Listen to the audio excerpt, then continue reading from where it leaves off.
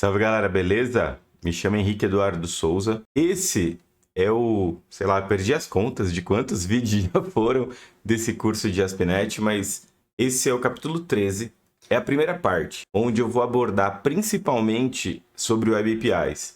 Então a ideia da parte 2 é que eu faça os exercícios que eu comento aqui no vídeo. Então espero que vocês gostem, chamem seus amigos aqui, segue o canal e ajuda o nosso trabalho a continuar, por gentileza.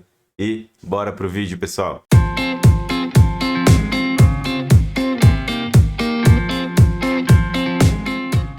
Ok, vamos lá, pessoal. Segundo boa noite para nós. Começando aqui o módulo 13, esse é um módulo mais rapidinho, até porque a gente já fez um monte de API ao decorrer desse curso, mas a gente vai reforçar alguns conceitos.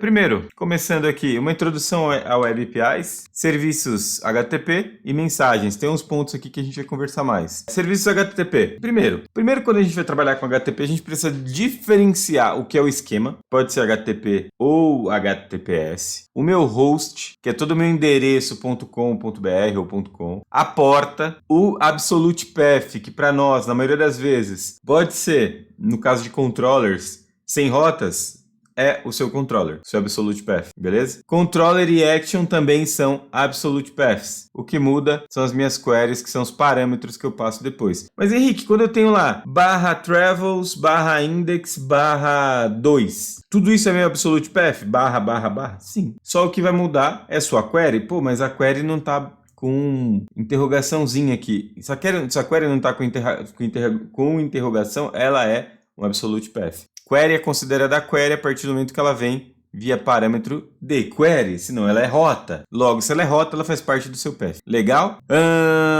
Para APIs muda um pouquinho. Como assim, Henrique? Para APIs eu não tenho actions com várias chamadas, né? Com vários endereços, igual a gente tem nas páginas ali que fica mais fácil, /travels, São Paulo, /Buenos Aires. Que seria o de e o para. Eu tenho que fazer um get. Posso até montar uma rota /São Paulo, /Buenos Aires, mas é um get. Diferente de uma rota onde eu tenho dois parâmetros ali no /index, /São Paulo, /Buenos Aires. Eu mudo um pouquinho esse conceito de action para verbo HTTP. Legal. E aí entra uma discussão que eu até vou envolver vocês, eu quero ouvir a opinião de vocês. Quando a gente fala de uma API REST, significa que a minha API REST ela só tem GET, POST, PUT, DELETE? O que vocês acham? Tem muita gente que tem muita opinião sobre isso, tá? Eu tenho a minha. Eu tenho uma API, o que faz eu considerar ela REST e REST? Isso é, a taxonomia faz parte do REST, beleza? Então uma boa taxonomia, uma taxonomia clara. Legal. O que mais? Tem de diversos formatos. Legal. Concordo também com você. O que mais? O principal cara que deixa para mim uma API RESTful é o fluxo. Ela precisa atender um fluxo. Ah, mas é uma API... Cara, é uma API que tem que resolver um trabalho simples. Isso não é um microserviço que resolve um trabalho simples? Uma API ela tem um fluxo de negócio, por mais que ela chame outras APIs. E um tema que eu gosto muito e muita gente odeia, aqui ó, HOS, Rateos APIs. Que raios que é esse Rateos? Quando você faz uma requisição para uma API, nesse caso um post para criar uma pessoa, ela está me devolvendo quais os links que esse cara tem acesso. Então ela me devolve, olha, a Maria foi criada, o ID da Maria é 1, a idade é 33, o objeto que você mandou. Porém, ela também pode fazer com esse mesmo cara o get, pessoa 1, o put, pessoa 1 e o delete, pessoa 1. Então, para mim, é o principal ponto que trafega também uma API ser REST. Primeiro caso, o que o Diego comentou, ela aceitar outros formatos, aceitar lotes, ela trabalhar com HOS, por exemplo, então ela retornar, atender múltiplos padrões, né, conseguir receber outros padrões de entrada também, trabalhar em fluxos de negócio, então uma API ela resolver um fluxo de negócio e também trabalhar com HOS. Isso é uma API RESTful. Uma API de get, post, put, delete, não é uma API REST, é uma API, beleza? Muita gente discorda, mas é a minha opinião, tá? Se você colocar o que o Roy Fielding, se você pegar a tese de doutorado dele, quando ele fala do padrão REST, ele fala exatamente que precisa atender fluxos de negócio. Então, é uma das premissas Premissas. Alguém deve ter falado alguma coisa dele aqui, mas o legal é pegar a tese do Roy, dar uma olhada nas premissas, e ele fala exatamente uma das premissas é essa. RateOS não é um tema de que ele colocou na API REST dele, ok? Segundo o Roy Field, o criador, só pode ser chamado de REST API quando for RateOS. Mentira, ele não fala isso. Ele não fala de rate. Ou seja, quando tiver o terceiro nível de maturidade. O terceiro nível de maturidade é esse que eu comentei com vocês. Quando a sua API, ela sabe todas as opções que ela te dá a partir daquela API. Caraca, Henrique. A partir de uma entrada, eu te mostro todas as outras portas que eu tenho também para você entrar. Então, na minha saída da sua primeira pergunta, eu te devolvo. Você pode perguntar isso, isso e isso também. Isso é uma terceira maturidade que não está na primeira tese de doutorado do Roy. Mas sim, a primeira grau de maturidade de uma API. Que é uma API, Get, Post, Put, Delete. Considerada uma API REST, quando ela atende diversos formatos e também fluxos de negócio. Segundo nível de maturidade, que é até aí onde vai a tese de doutorado dele. O terceiro é onde você entra com, aqui ó, nível de maturidade 0. Nível de maturidade 1, você começar a entender também como recurso. Isso é interessante. Os seus endpoints, eles terem papel de recurso. Recursos, nome de recursos no plural. Tá legal esse post aqui, ó. Até jogar aqui, ó. Jogar nos meus favoritos. Vou jogar aqui pra vocês. Tá legal esse post, bem legal. Ó. Pet? Então quer dizer, quando você passa um parcial put, nunca será RESTful. O cara tá dizendo, não sou eu. Entende? Então, isso fica bem claro aqui, o que é legal também. Os verbos HTTP devem include, tem todos os aspectos aqui, ó. Terceiro nível de maturidade. Vale a pena ali dar uma bela lida nesse cara aqui, pessoal. Beleza, deu para dar uma boa discutida e entendida o que é a diferença do REST e do RESTful. Tem muito artigo nego falando REST but ou RESTful. Legal. Todo request tem um response. Fato. Então, um HTTP request ele é composto de algumas coisas importantes. A URL que você vai mandar, o padrão de HTTP que você vai mandar, 1.0, qual é o formato que essa requisição aceita, qual a linguagem que ele está trabalhando, qual o user agent que a gente mostrou ontem dentro da nossa aplicação, que eu matava o cache através do user agent, qual o encode que ele aceita, qual o host desse cara, então é o seu localhost aqui, o seu server, DTN, alguém sabe o que é DTN? Do Not Track. Significa que você não é rastreado ou é rastreado. Isso é mentira. Todo mundo hoje em dia é rastreado, então não acho que isso seja a mais pura verdade. Que mais? E o connection, se você se mantém ativo, keep alive. Como volta o seu response? Fiz um get, o que volta? Cara, depende. Se é um JSON, volta aquele JSON que a gente já viu. Aí ele mostra aqui, ó, a conexão foi fechada com a API, o tamanho da requisição, quanto voltou em bytes, o content type, o que você está recebendo de volta, expira em quanto tempo, porque não tem cache, então não expira. Se tivesse cache, ele te mostraria o tempo da expiração do cache. Isso aqui é um problema sério do response para .NET, porque o pessoal descobre qual a versão do seu... Então isso aqui é uma falha de segurança do próprio servidor, então você tem que remover isso aqui. Como que eu removo isso? Quando você faz o deploy, você pode colocar uma tag no webconfig para remover, ou no pipeline tem uma série de parâmetros que você pode colocar para remover cabeçalho, remover servidor, que aqui ele te mostra qual que é o servidor, mostra se é um servidor Windows. Então tudo isso são problemas ali que a gente pode enfrentar ou tentativas de invasão. Então as ferramentas hoje da OASP, não sei se vocês já ouviram isso, ou esse termo, né? OWASP. Isso aqui mesmo. Eles têm uma ferramenta para você mapear seus problemas de segurança na sua aplicação. Então tem 10 problemas de segurança conhecidos que toda aplicação deveria passar. Então, por exemplo, eu tenho ferramentas que fazem isso. SonarQube é uma delas.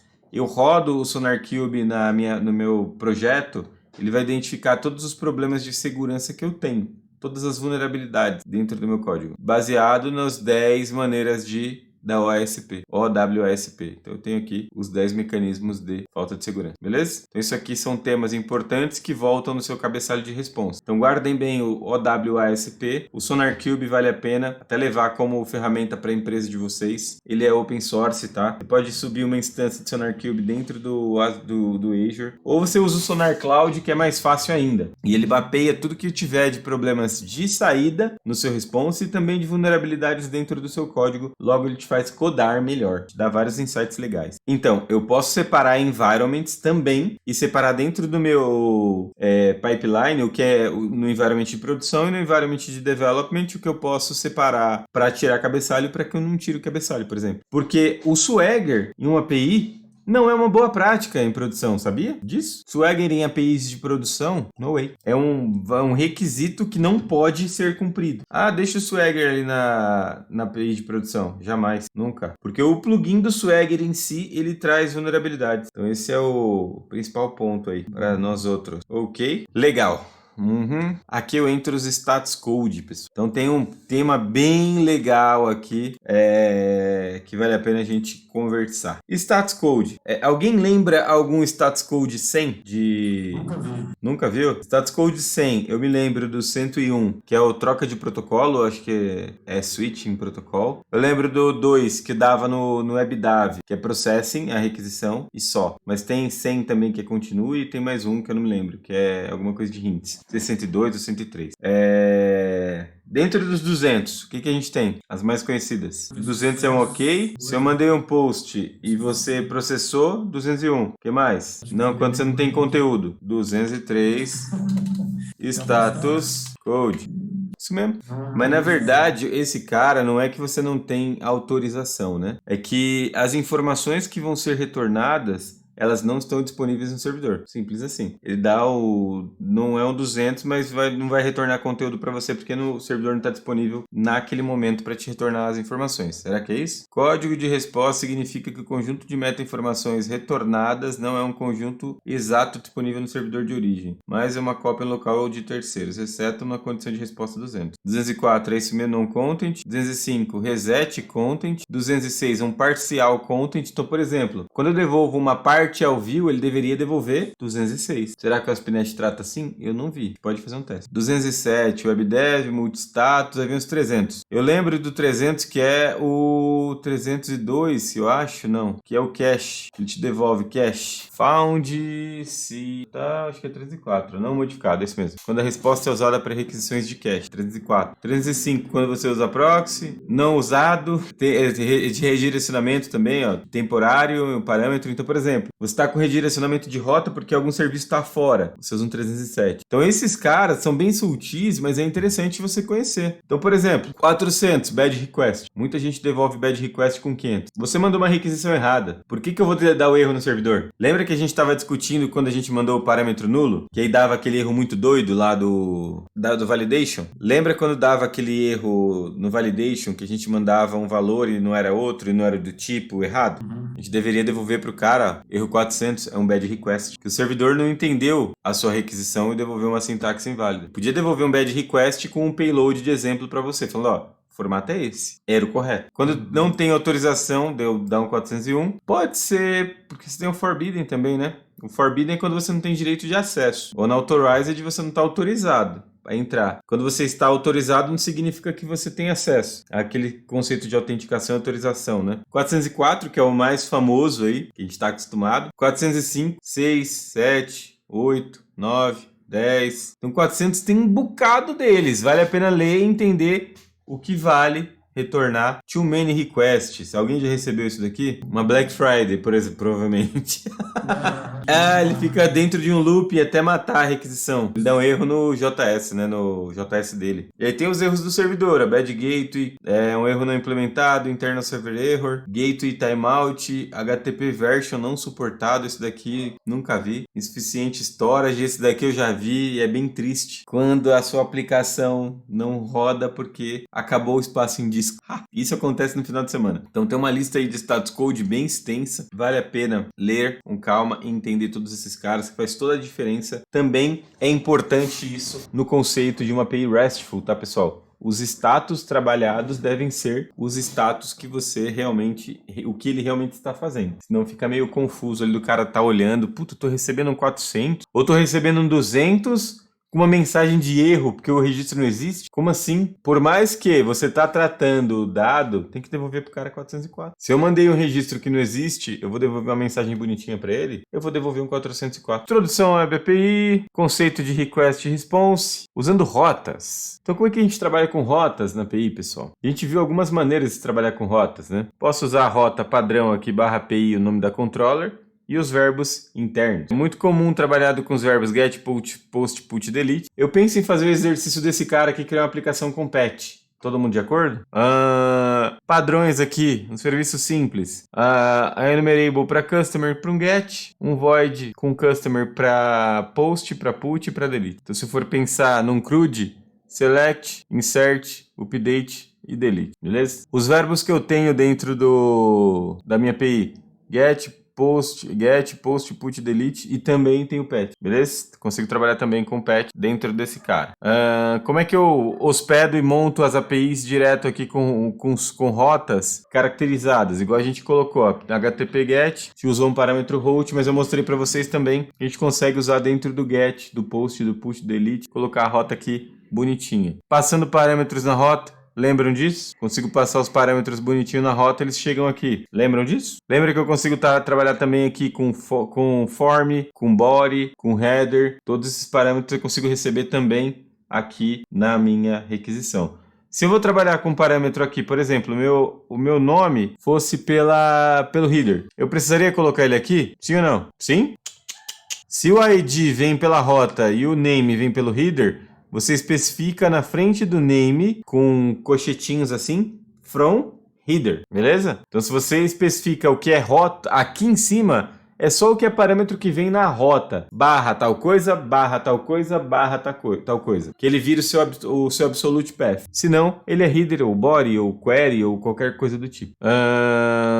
Usando o meu API controller, usando o atributo route, para definir a rota, ou o meu atributo API Controller, que nada mais é do que quando a gente usa aqui, ó, host da API, eu posso falar que esse cara é um API Controller também. Os tipos de retorno, não tem, retorna not found. Se tem, retorna um ok com item, por exemplo. Bem simples ali o conteúdo. Trabalhar com actions que sejam genéricas, é possível. Eu acho gambiarra, mas é possível, tá? Porque o tempo de processamento dessa action, não sei se torna ela tão viável, porque você vai ter uma degradação de alguns milissegundos para fazer a conversão do objeto de forma genérica. Funciona, mas para mim não é a melhor dos cenários.